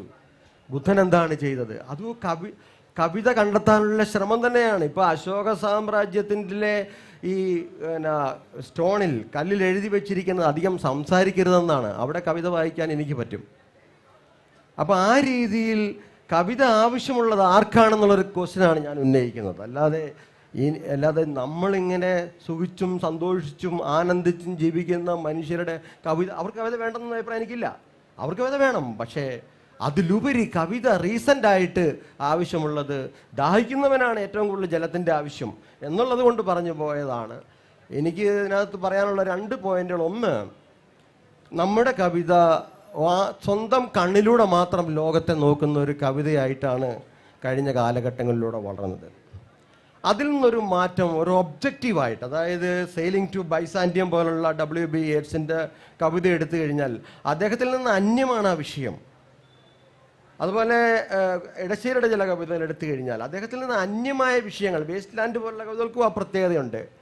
കവിയിൽ നിന്ന് അന്യമായ വിഷയങ്ങളുടെ ഒരു സംഗതി, കവി പുണ്യാളനായി നിന്നുകൊണ്ട് ഒരു ഹാജിയോഗ്രാഫിക്കലായിട്ടുള്ള രീതിയിലുള്ള അവതരണത്തിലുപരി കവി വിഷയത്തെ മാറി നിന്ന് നോക്കി കാണേണ്ട ഒരു സംഗതി മലയാള കവിതയിൽ ഉണ്ടാവേണ്ടതാണെന്നാണ് എനിക്ക് തോന്നുന്നത്. മറ്റൊന്ന് അവിടെ പറഞ്ഞാൽ ചുരുക്കാം, കവിത അന്വേഷിച്ച്, ഞാനിപ്പം കവിത അന്വേഷിച്ച് ക്ലാസിക് കൃതികളൊക്കെ വായിക്കാറുണ്ട്. അപ്പോൾ അശ്വഘോഷൻ എന്ന് പറയുന്ന കാളിദാസന് മുമ്പ് എഴുതിയ ഒരു കവിയുടെ സൗന്ദരനന്ദം എന്ന് പറയുന്ന ഒരു കൃതിയുണ്ട്, ശ്രീബുദ്ധചരിതം എന്ന് പറയുന്ന കൃതിയുണ്ട്. അതിലൊക്കെ കവിതകളുണ്ട്. ബുദ്ധൻ മേടസൂര്യൻ മേഘത്തിൽ എന്നതുപോലെ ബുദ്ധൻ തപസ് ചെയ്യാൻ പോയി എന്ന് പറയുന്നിടത്ത് ശരിക്കും കവിതയുണ്ട്. അത് നമ്മൾ മനസ്സിലാക്കേണ്ടതായിട്ട് കൂടിയുണ്ട്. കാരണം വളരെ പ്രാചീനമായ, ഇപ്പം പ്രാചീന ഗുഹാചിത്രങ്ങൾ എന്ന് പറയുന്ന ആ പേരിലുള്ള ഒരു കവിത ശ്രീകുമാർ കരട് എഴുതിയിട്ടുണ്ട്. എത്ര പേരത് പ്രതികരിച്ചു? ഒരു മാറ്റം തന്നെ ഉണ്ടാക്കിയൊരു കവിതയാണ് പ്രാചീന ഗുഹാചിത്രങ്ങൾ എന്ന് പറയുന്നത്. ഗുഹാചിത്രങ്ങളെ വളരെ സിംബോളിക്കായിട്ട് നമ്മുടെ ഇടയ്ക്കലോ അല്ലെങ്കിൽ അതുപോലെ അൾട്ടാമിറയിലോ അല്ലെങ്കിൽ ലാസ്കോയിലൊക്കെ ഉള്ള ചിത്രങ്ങൾ, അല്ലെങ്കിൽ ഇന്ത്യയിലുള്ള ചിത്രങ്ങളെയൊക്കെ വെച്ച് പഠിക്കുന്നത് പോലെ പ്രാചീന മനുഷ്യൻ്റെ ഈ ഇമേജറിയെക്കുറിച്ചുള്ള ഒരു സ്റ്റഡി ആയിട്ടുള്ള ഒരു കവിതയാണത്. നമ്മൾ എത്ര പേര് പ്രതികരിച്ചു? അങ്ങനെയൊക്കെയുള്ളൊരു പ്രശ്നങ്ങളുണ്ട്. അതുമ്പോൾ കവിതകൾ അന്വേഷിച്ച് നമുക്ക് പലയിടത്തേക്കും പോകേണ്ടി വരും. ബൈബിളിലേക്ക് പോകേണ്ടി വരും. അത് വെറും 100% മതഗ്രന്ഥങ്ങളല്ല, ഖുറാനോ ബൈബിളോ ഒന്നും എന്നാണ് ഞാൻ വിശ്വസിക്കുന്നത്. അപ്പോൾ അവയിൽ കവിതയുണ്ട്. മുഹമ്മദ് നബിയെ കവിയായിട്ടാണ് ജനസമൂഹം കണ്ടിരുന്നത്, അദ്ദേഹം നിഷേധിച്ചിട്ടുണ്ടെങ്കിൽ പോലും. അപ്പോൾ കവിതയുടെ വലിയ ലോകങ്ങൾ ബുദ്ധ സാഹിത്യത്തിലുണ്ട്, അതുപോലെ ജൈന സാഹിത്യത്തിലുണ്ടാവാം, ഇന്ത്യൻ സാഹിത്യത്തിലുണ്ടാവാം. അതിലേക്ക് ഇപ്പം നക്ഷത്രങ്ങൾ വളരെ ദൂരെ ആയതുകൊണ്ടാണ് അവ ചെറുതായി കാണപ്പെടുന്നതെന്ന് മഹാഭാരതത്തിൽ പറയുന്നതിനകത്ത് കവിതയുണ്ട്. അപ്പം അങ്ങനെ കവിതയുടെ വിശാലമായ ലോകത്തിലേക്ക് കടക്കാൻ നമുക്ക് ഉത്തരാധുനികർക്ക് കഴിയുകയാണ് വളരെ ശരിയായ ഒരു കാര്യം. കാരണം ഉത്തരാധുനികത എന്ന് പറയുമ്പം ഏറ്റവും പ്രാചീനമായ കാര്യങ്ങളോട് കൂടി സംവദിക്കുന്നുണ്ടെന്നുള്ള ഒരു അഭിപ്രായം എനിക്കുണ്ട്. ഇപ്പോൾ ലെവിസ്ട്രോസ് ആണെങ്കിലും ഹെർബർട്ട് റീഡ് ആണെങ്കിലും പോലുള്ള ചിന്തകന്മാർ പറഞ്ഞിട്ടുള്ളൊരു കാര്യം, അതിപ്രാചീനമായ കാര്യങ്ങൾ അൾട്രാ മോഡേൺ ആയിരിക്കും എന്നുള്ളതാണ്. മനുഷ്യൻ്റെ സവിശേഷതകൾ ലോകത്തിൽ എവിടെയും ഒരുപോലാണ്. ബേസിക്കായിട്ട് ആദിവാസിയും നഗരവാസിയും അടിസ്ഥാനമായിട്ട് ഒന്ന് തന്നെയാണ്.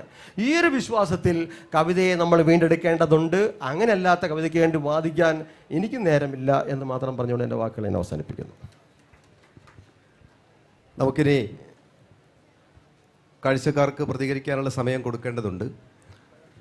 തീർച്ചയായും ഇവിടെ കവികളുടെ അഭിപ്രായത്തിൽ തന്നെ ബഹുസ്വരവും ബഹുവിധവുമായ കവിതകൾ വളർന്നുകൊണ്ടിരിക്കെ തന്നെയാണ് എന്നും, ഓരോരോ മാവും പൂത്തത് ഓരോരോ വസന്തങ്ങൾ, ഓരോരോ കൊമ്പും കായ്ച്ചത് ഓരോരോ മധുരങ്ങൾ എന്ന് പറയുന്ന മട്ടിൽ ഓരോ കവിക്കും അവരുടേതായ വ്യക്തിത്വ സവിശേഷതകളും വഴികളും ഉണ്ട് എന്നും, അത് തീർച്ചയായിട്ടും ആ വഴിയിലൂടെ അവർ മുമ്പോട്ട് തന്നെ സഞ്ചരിക്കും എന്നുമുള്ള ഒരു ബോധ്യം ഇവരുടെയൊക്കെ സംസാരത്തിൽ നിന്ന് നമുക്ക് മനസ്സിലായിട്ടുണ്ട്. അതുകൊണ്ട് കവിതയുടെ വഴികൾ തീർച്ചയായും ബഹുവിധമായി മുന്നോട്ട് പോവുക തന്നെ ചെയ്യും. അതാരും വെട്ടിക്കൊടുക്കേണ്ടതല്ല, സ്വയം വെട്ടേണ്ടതാണ് എന്നൊരു ബോധ്യവും നമുക്കുണ്ട്.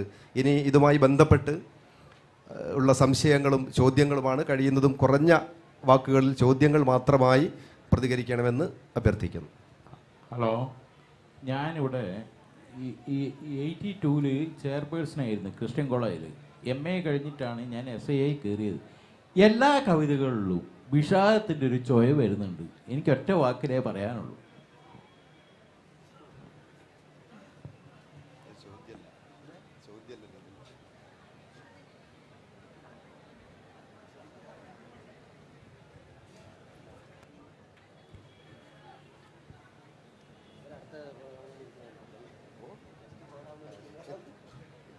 സുഹൃത്തുക്കളെ, കവിത വായനയിൽ ഞാൻ അപ്ഡേറ്റ് അല്ല.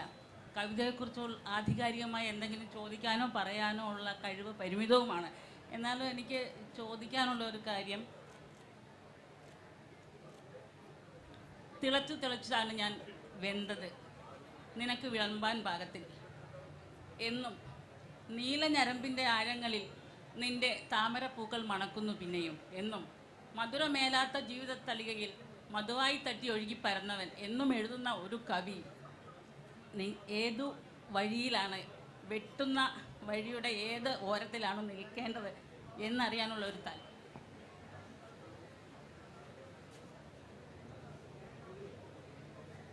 അതാരാണ് പ്രതികരിക്കേണ്ടത് എന്നുകൂടി പറഞ്ഞാൽ.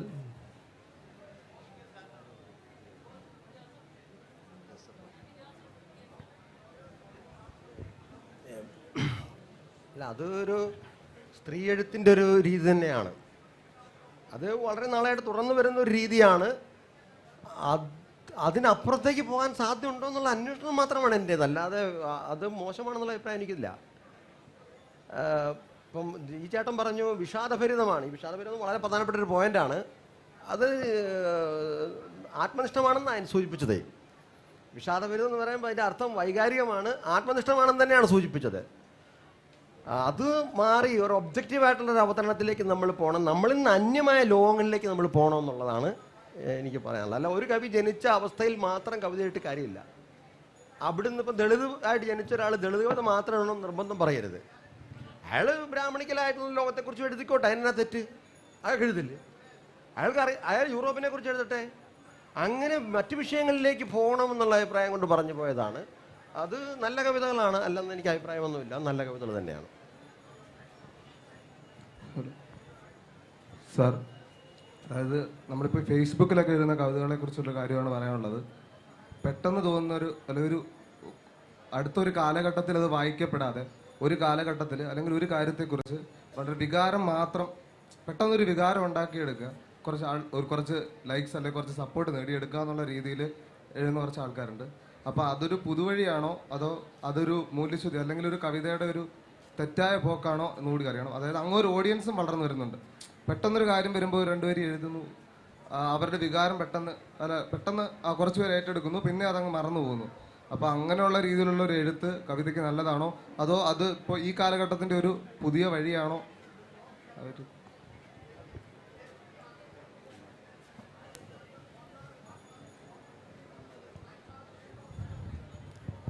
കവിതയെ സംബന്ധിച്ച് ഏതാണ് ശരിയായ വഴി ഏതാണ് തെറ്റായ വഴി എന്നൊന്നും നമുക്ക് പറയാൻ പറ്റില്ല.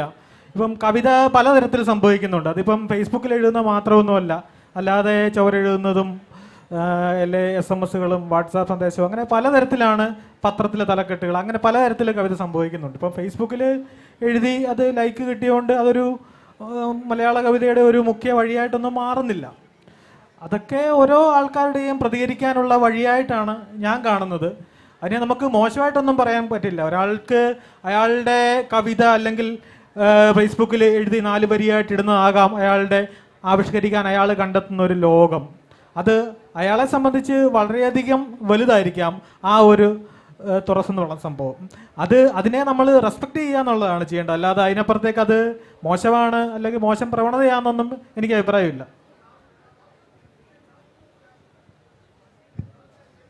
അതിലൊരു കാര്യം എനിക്ക് പറയാനുള്ളത്, ഈ പുതിയ കാലത്ത് ഇങ്ങനെ ഫേസ്ബുക്കിലൂടെ പെട്ടെന്ന് പ്രതികരിക്കുന്ന ഒരു രീതി പുതിയ കാലത്ത് മാത്രമല്ല എനിക്ക് തോന്നുന്നത്, മുമ്പുണ്ട്. കവികൾ ഒരാൾ മരിച്ചു കഴിഞ്ഞാൽ അയാളുടെ മരണത്തിൽ അനുശോചനം രേഖപ്പെടുത്തി കവിത എഴുതുന്നത് നമ്മുടെ മഹാന്മാരായ മഹാകവികളൊക്കെ പണ്ടുകാലത്ത് ചെയ്തു വന്നിരുന്ന ഒരു രീതിയാണ്. മംഗള പത്രങ്ങൾ എഴുതുന്ന പരിപാടി നമുക്കുണ്ടായിരുന്നു. പുതിയ കാലത്ത് അതിൻ്റെ രൂപം ഭാവം ഇങ്ങനെയാണ് എന്ന് മാത്രം. അത് വേറൊരു വഴിയാണ്. പക്ഷെ അതാണ് കവിതയുടെ വഴി എന്നൊന്നും പറയാൻ പറ്റില്ല. ആ വഴി പോയാൽ കുറച്ച് കഴിയുമ്പോൾ വഴി അങ്ങ് നിൽക്കും. അനന്തമായൊരു വഴിയൊന്നുമല്ല, വഴി മുട്ടും. പിന്നെ അത്തരം കവിത എഴുതുന്നതുകൊണ്ട് ആളുകൾക്ക് പ്രശ്നമൊന്നുമില്ല, അവർ കവികളായിരിക്കാം. പക്ഷേ അത്തരം കവിതകൾ മാത്രം എഴുതിയിട്ടോ അല്ലെങ്കിൽ മറ്റ് കവിതകളായിരിക്കും അവരുടെ കോൺട്രിബ്യൂഷൻ എന്ന് പറയുന്നത്. ഇതവരുടെ കാവ്യപരമായ പ്രതികരണങ്ങൾ ആയിട്ട് തന്നെ നിലനിൽക്കുകയും ചെയ്യുന്നതായിരിക്കും. ഈ കവിതയുടെ വഴിവെട്ടലിനെ പറ്റി ഇതിനകത്ത് തിരിച്ചു വരുമ്പോൾ നമ്മൾ പറയുമ്പോൾ ഈ വഴിവെട്ടൽ എന്ന് പറഞ്ഞാൽ അത്ര എളുപ്പമുള്ള പണിയായിട്ട് എനിക്ക് തോന്നുന്നില്ല. കാരണം നമ്മളുടെ കവി ഗ്രൂപ്പായിട്ടാണെങ്കിലും ഇൻഡിവിജ്വലായിട്ടാണെങ്കിലും അവൻ്റെ ചിന്താപദ്ധതികളെ മുഴുവനും പൊളിച്ചടക്കുന്ന ഒരു പണിയാണത്. അതുകൊണ്ടാണ് നമുക്ക് എല്ലാവർക്കും എക്സ്പെരിമെൻ്റൽ പോയട്രി എഴുതാൻ പറ്റാത്തത്. കെ ജയശീലൻ എഴുതാൻ പറ്റുമെങ്കിലും വേറെ എല്ലാവർക്കും എഴുതാൻ പറ്റുന്നില്ല.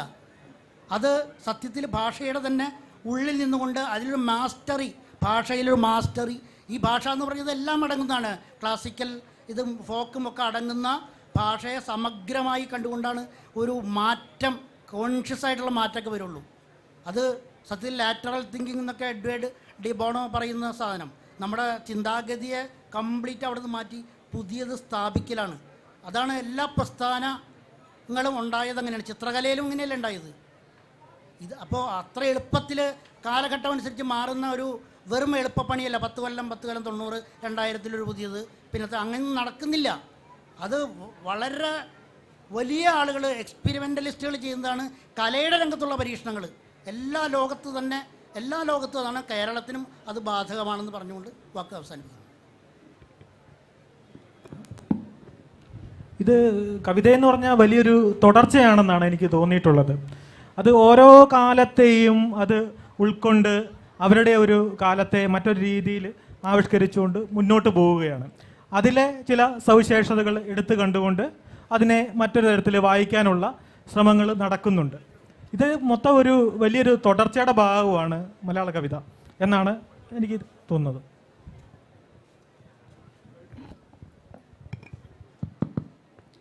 പിന്നെ നേരത്തെ ആ സ്ത്രീ പറഞ്ഞപ്പോൾ അതൊരു സ്ത്രീ എഴുത്താണെന്ന് പറഞ്ഞ്, അപ്പോൾ വഴിവെട്ടലുകളാണ് ഇവിടുത്തെ വിഷയം, കവിതയിലെ വഴിവെട്ടലുകൾ. നമ്മൾ ആദ്യം ചിന്തിക്കേണ്ടത് കവിതയിലെ വഴിവെട്ടലോ അതോ ഒരു സമൂഹത്തിലെ വഴിവെട്ടലോ എന്ന് സംശയമാണ് നിങ്ങൾ ചോദിക്കുന്നത്. ഇവിടെ മോഡറേറ്ററായി വരുന്നത് കവിതാ ബാലകൃഷ്ണനാണ്. അവരൊരു ചിത്രകലയിൽ അറിയപ്പെട്ട ആളാണ്. പക്ഷേ ഇവിടെ ഇരിക്കാൻ 2019 ഒരു സ്ത്രീ ഇല്ല എന്ന് പറയുന്നത് നിങ്ങൾ എന്ത് തരം വഴിവെട്ടലാണ് അതിലേക്ക് ചിന്തിക്കുന്നതെന്നൊരു സംശയമുണ്ട്. നമ്മളത് പറഞ്ഞുകൊണ്ടാണ് ഈ സെഷൻ തുടങ്ങിയത്. സ്ത്രീകൾ ഉണ്ടായിരിക്കണം നല്ലതാണ്. ഇപ്പം പുള്ളിക്കാരത്തേക്ക് എന്തോ അസൗകര്യം ഉള്ളതുകൊണ്ട് വരാൻ പറ്റില്ല, അതാണ് പ്രശ്നം. അങ്ങനെ കണ്ടാൽ പോരെ. അല്ലാതെ ഇപ്പോൾ ഒരു സ്ത്രീയെ നമ്മൾ പെട്ടെന്ന് പിടിച്ചു നിർത്താൻ വെക്കാൻ പറ്റുമോ? അതിന് ചില പരിമിതികളുണ്ട്, അതൊക്കെ ഉൾക്കൊള്ളുക എന്നേ പറ്റുള്ളൂ. പിന്നെ ഒരുപാട് സ്ത്രീ കവികൾ കവിത എഴുതുന്നവരുണ്ട്. പിന്നെ നമ്മളിപ്പോൾ ഒരു കൂട്ടുകാരിലൂടെ കൂടി ഒരാളെ കവിയാക്കുക എന്ന് പറയുന്ന ഒരു രീതി ഉണ്ട് ഇപ്പോൾ. അതൊന്നും അത്ര നല്ലതല്ലെന്നാണ് എനിക്ക് തോന്നുന്നത്. എൻ്റെ കവിത എൻ്റെ ഭാര്യ പിള്ളേരൊന്നും വായിക്കാറില്ല. അല്ല, തമാശല്ല. എനിക്ക് ഒരു കവിതയൊക്കെ വന്നു കഴിഞ്ഞാൽ ഒരാളൊക്കെ വിളിച്ചെങ്കിലായി. ഞാൻ നല്ല കവിത വരുന്ന കവിതയ്ക്ക് പോലും പണ്ടൊക്കെ ഒരു കത്തൊക്കെ വരുമായിരുന്നു. ഇപ്പോൾ ഒരാളൊക്കെ വിളിച്ചെങ്കിലായി, മിക്കവാറും അതും കാണാറില്ല എന്നുള്ളതൊരു വലിയ സത്യമാണ്. അങ്ങനെ നമ്മൾ അജ്ഞാതർക്ക് വേണ്ടിയാണ് കവിത എഴുതുന്നത്. അതാണ് മനസ്സിലാക്കേണ്ട ഒരു കാര്യം. നമ്മളെ വായനക്കാരെ ആർക്കറിയാം? ഇപ്പം നമ്മുടെ ബെന്യാമിൻ്റെ ബെന്യാമിൻ അറിയാമോ? വായനക്കാരെപ്പോഴും അജ്ഞാതരാണ്. അജ്ഞാതർക്കുള്ള കത്താണ് കവിത. എന്താ സംശയം? അതുകൊണ്ട് സ്വന്തം കൂട്ടുകാരെയൊക്കെ വിളിച്ച് കവിയാക്കി മാറ്റുന്ന ആ ഒരു പരിപാടിയൊക്കെ ഫേസ്ബുക്കിലുണ്ടെന്ന് തോന്നുന്നു. അത് നിർത്തലാക്കേണ്ടതാണ്. നമ്മൾ ആരും ഇല്ലെന്നേ, നമ്മളങ്ങ് എഴുതുക എന്നല്ലാതെ നമുക്ക് ആവശ്യമുണ്ട് എഴുതുക. എനിക്കാണ് എഴുതാതിരിക്കാൻ പറ്റുകയില്ല. അതിനുള്ളൊരു മാനസിക ഫിറ്റ്നസ് എനിക്കില്ല. എഴുതാതിരിക്കാനുള്ളൊരു മാനസിക ഫിറ്റ്നസ് ഇല്ലെന്നാണ് പറഞ്ഞത്. ശരി. ജോസഫ് സാറിനോട് വിയോജിച്ചുകൊണ്ട് സംസാരിക്കട്ടെ. ഒരു ഉത്തരവാദിത്വം ഇല്ലാത്തൊരു സെൻറ്റൻസ് ആയിപ്പോയി, കൂട്ടുകാരെ വിളിച്ചു കൂട്ടി കവിയാക്കുക. അതങ്ങനെ ഒരാളെയും കവിയാക്കാനായിട്ട് സാധ്യമല്ലെന്ന് നമുക്കെല്ലാവർക്കും അറിയാവുന്ന കാര്യമാണ്. അത് വളരെ എളുപ്പ പണിയല്ല ഒരു കവിയാക്കുക, അല്ലെങ്കിൽ ഒരാളൊരു കവിതയിൽ കടന്നു വരിക, അയാളുടെ കവിതകൾ എഴുതി മറ്റുള്ളവർക്ക് മുന്നിൽ അത് കവിയായി മാറുക എന്നുള്ളൊരു നീണ്ടകാല പണിയാണ്. ആരെയും കവിയാക്കാനൊന്നും പറ്റില്ല. ഒരാളുടെ കവിത നല്ലതാണെന്ന് ഒരാൾ പറഞ്ഞതുകൊണ്ട് അതൊരു നല്ല കവിത ആകണമെന്നുമില്ല. ഏതായാലും നമ്മുടെ സമയം അവസാനിച്ചിരിക്കുകയാണ്. പുതിയ കവിതയുടെ അല്ലെങ്കിൽ കവിതയുടെ വഴികൾ അവസാനിക്കുന്നില്ല എന്ന് സൂചിപ്പിച്ചുകൊണ്ട് NN കക്കാടിൻ്റെ വഴിവെട്ടുന്നവരോട് എന്ന കവിതയെ ഓർമ്മിച്ചുകൊണ്ട് നമുക്ക് സെഷൻ അവസാനിപ്പിക്കാം.